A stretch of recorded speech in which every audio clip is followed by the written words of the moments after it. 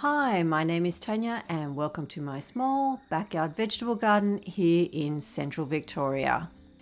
Our days have continued to be quite warm, especially the afternoons, so I have been putting out some hessian over the younger seedlings just to keep them protected.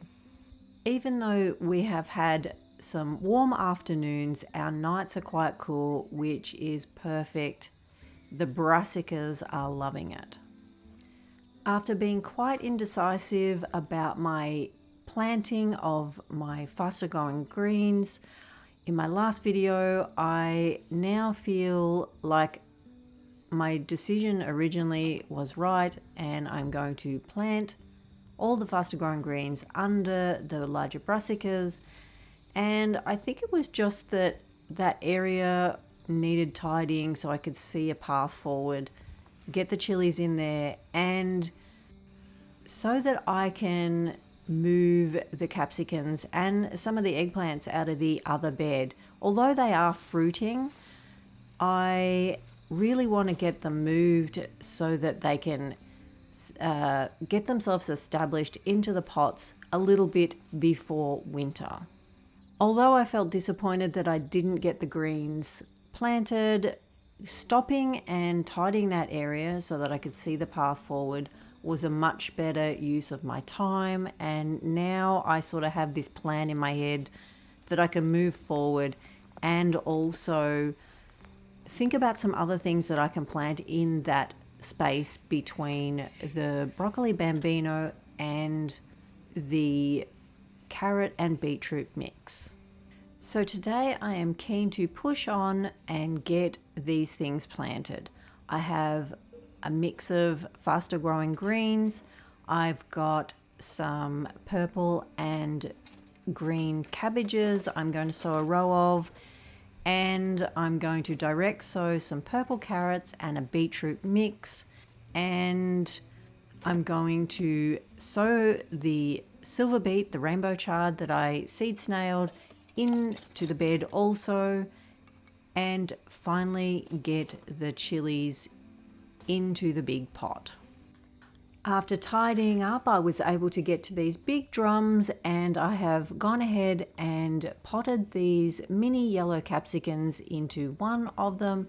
They look a little sad, but I am hoping that they will come through okay. Most of the capsicums here and in the large bed are still fruiting to some degree, but what I want to do is label them, or at least mark what is what, and try and get the same varieties planted up into the large tubs, and then hopefully have a tub to put some eggplant in. I will be trying to get on and get all the capsicums shifted over into the pots so that they can then establish a little bit before we get colder weather.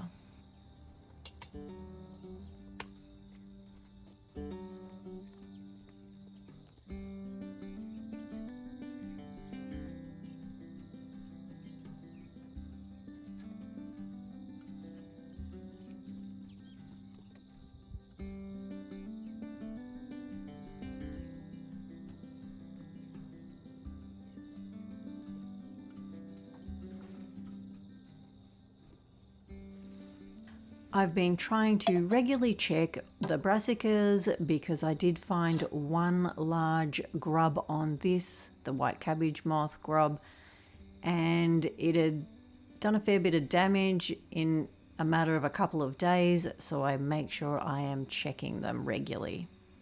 I am also removing some of the mulch, the pea straw mulch, so that the bed stays warm when we do have those sunny days, and we're not wanting to keep in too much moisture. We don't have 30 plus degree days at the moment, so lightening off on the pea straw. I still want a little bit of coverage. I don't want the soil to get damaged, and I want the worms to be happy. So just removing some of that mulch allows the sun in and for the plants to not stay too wet.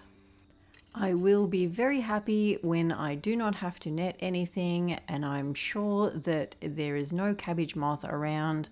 I really am not keen on using plastic in the garden, but I have not yet found a better alternative than these white nets. If anyone does know of any kind of netting in a more natural fibre, then please let me know. I would really appreciate it.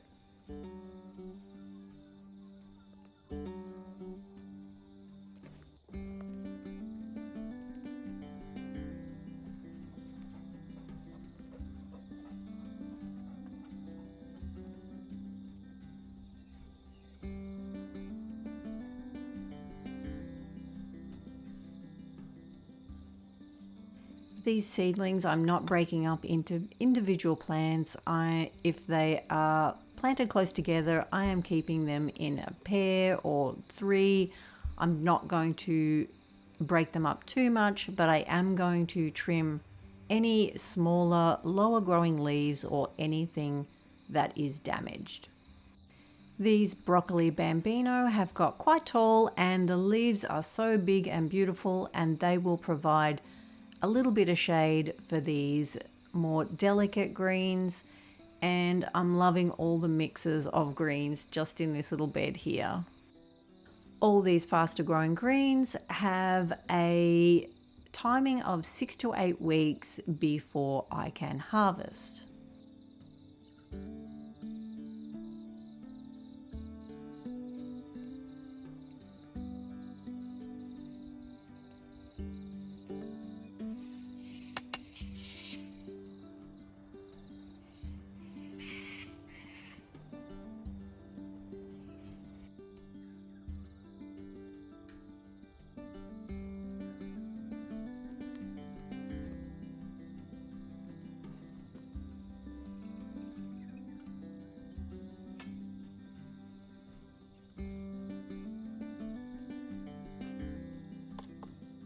I was very happy to find a punnet of mixed purple and green cabbages. I didn't really want to buy a punnet of each, but this will be perfect just for this little space here. Once again, I am pruning off anything in the leaves that is small or damaged, and this is quite a tight space for them probably, but I think they will be fine.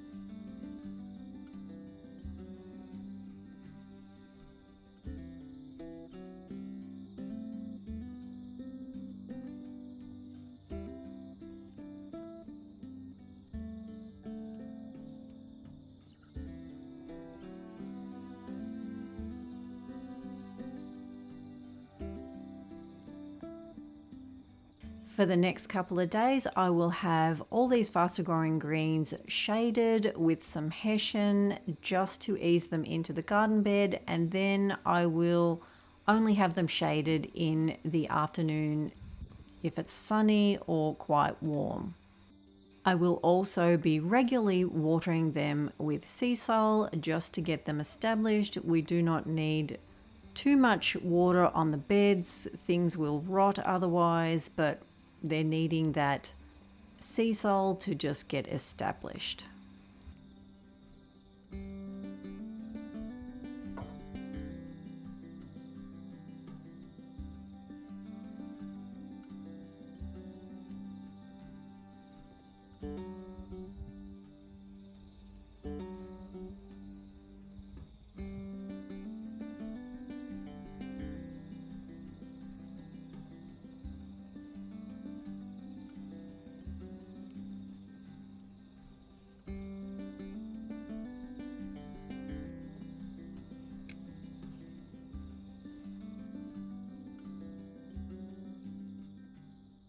The purple sprouting broccoli, I intend to trim all the lower leaves off and give them some support and tie them in exactly the same way as I have done the broccoli bambino.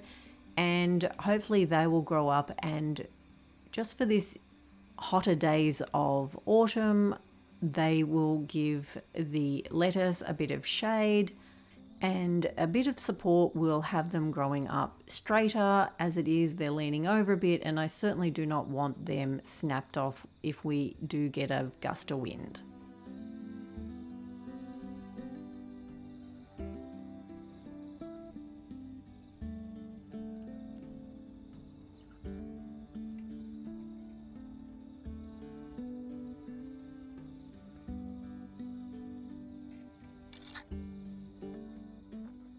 Now I'm going to space out where I'm going to direct. So my carrots and beetroot, I'm going to have one either end, and the rainbow chard in the middle. I'm just going to use a bit of potting mix to sow the seeds into. I love these purple carrots. I sowed them at the start of spring into large tubs, and we picked them through summer. They were perfect. They didn't get too big, and they were perfect just to have whole in a tray of mixed roast vegetables. I'm once again sowing the whole packet. I don't see the point of having a few seeds left in a packet if they're this tiny. I would rather sow the whole packet and then thin out if I need to.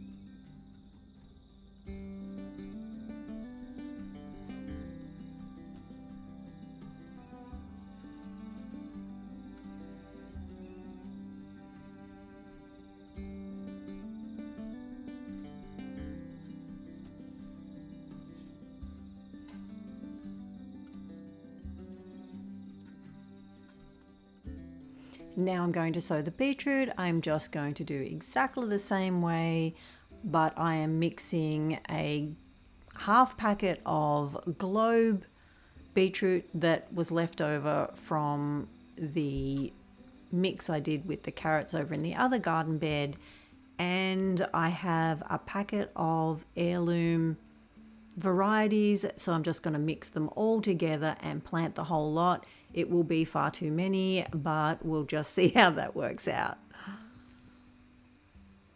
I've just once again put down the potting mix. These seeds are quite large, and I'm just going to cover them again with a bit more potting mix and firm down so that the potting mix has contact with the seeds, and then I will gently water those in when I water everything else in. I'm going to get a net straight over them because I do not want the birds digging them up. I'm extremely happy with how this seed snail has grown. The rainbow chard is so happy and healthy. I'm just carefully unwrapping it and just dividing it into clumps. I will put them into the garden bed in those clumps. There is a lot for this tiny space, but I will be able to move them quite easily across into another garden bed. Maybe after Easter, if I get my 2 beds filled, I can put some over into there. They move extremely well. The rainbow chard that is planted under the pumpkin arch has now been moved at least 4 times. So there is no problem with moving them. It's about helping them get re-established.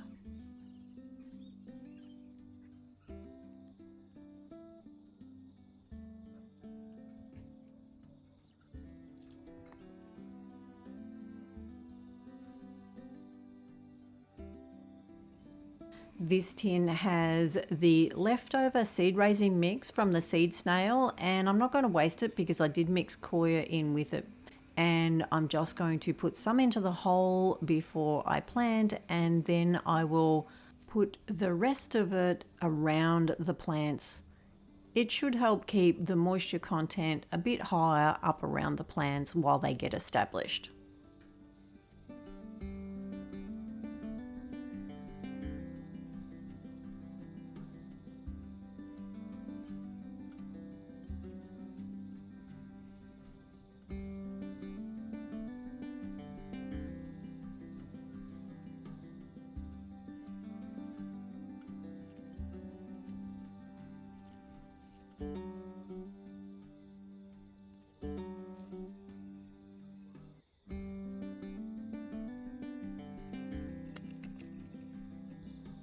Now I've got everything planted, I'm going to water them in with sea salt,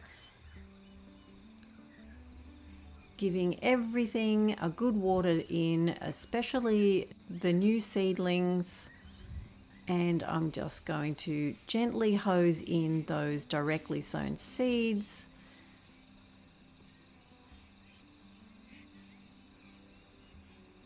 And give all the brassicas a little drink of sea salt also.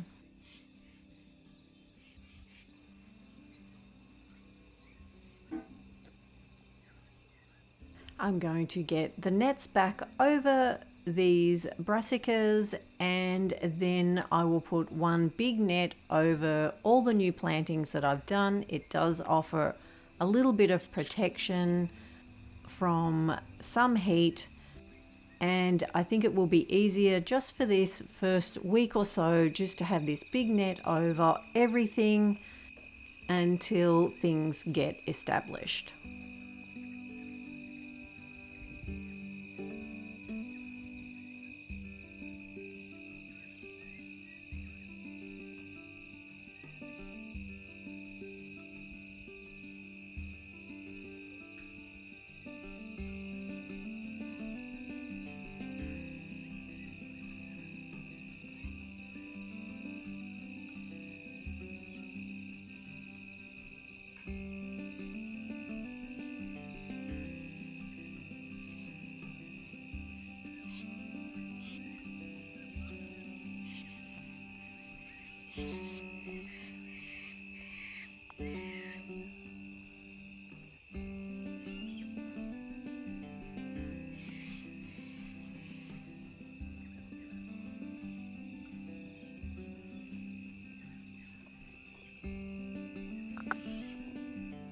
Now I can finally get on with getting these chilies into a pot, but not before I get some lights up.